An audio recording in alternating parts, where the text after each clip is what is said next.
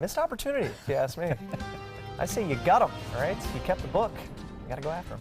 Oh, well, it's back. You can check it out again. Oh, the storms that rolled over the Sun Coast today are pretty heavy. I was trying to leave home about 4 o'clock and almost didn't get out because of flooded streets with those storms. We'll look at them on radar in a minute, but you can see the storms here on this Lakewood Ranch webcam. Not so bad earlier in the day with a few passing sprinkles, but then right about 4:45, it just came down and spread southward down the I-75 corridor, and I left that last frame in there showing you that beautiful rainbow at 5:46 this afternoon. Currently at Sarasota Bradenton International Airport, 79 degrees, our dew point 75, our humidity 88%. Now our high occurred right before dawn and also again at 4:45 during those storms. It got down to 70 again. The high this afternoon was 86 before the storms arrived. Now, you can see them on radar moving southward right along I-75. Take a closer look at them developing up here in Bayshore Gardens, Whitfield, and then just went over Nathan Benderson Park, unfortunately, and down I-75 and have slowly thinned out in the last hour.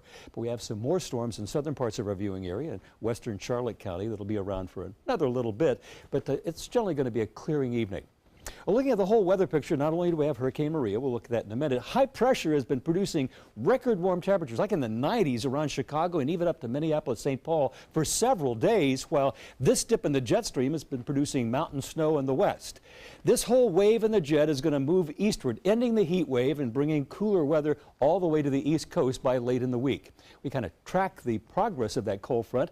While it was in the upper 80s today in Minneapolis, tomorrow afternoon only in the 60s, Chicago cooling off to 85 rather than the 95-degree reading we've had earlier in the week. And as we move farther east, moving into Tuesday, you can see a little bit further cooling. But again, there is the cool front, and it will move all the way eastward for the rest of the week. Now the tropics. Do you remember Hurricane Lee? You probably don't, because it was only a hurricane for a few hours long before Maria hit Puerto Rico. It was off the coast of Africa, and its remnants kind of just churned across the Atlantic, and it's regenerated into a 90-mile-an-hour hurricane in the middle of the Atlantic, not affecting anyone. It's just going to do loop-de-loops around there.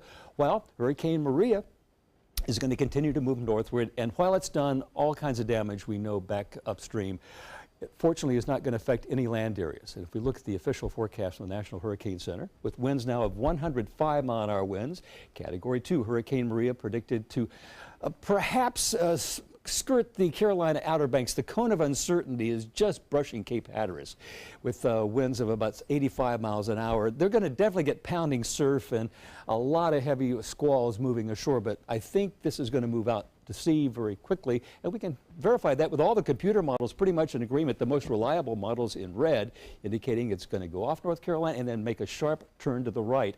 Almost everybody thinks that's going to happen. Well, our local weather is going to dry out. The storms that are dissipating now will be replaced by fair to partly cloudy skies and hardly any chance of rain at all, not only tomorrow or Tuesday, but Wednesday and Thursday as well. So it's going to be great to get out on the beach. Don't think we'll have any thunderstorms to chase you off the water or the beach. East winds in the morning, northerly in the afternoon, seas 2 feet. Bay and inland waters a light chop. Great beach day, 85 tomorrow and Tuesday as well. Here's my forecast for the rest of tonight. Look for skies to be partly cloudy as these showers dissipate. Our overnight low 73, so it should be pretty comfortable. Partly sunny and warm tomorrow, high 89 with those northeast winds turning westerly in the afternoon. And look at that, only 20 or 10% chance of rain right on through Thursday. And then next weekend, Adam, we might get a greater chance of rain coming in Friday, Saturday, and Sunday. That's your weather.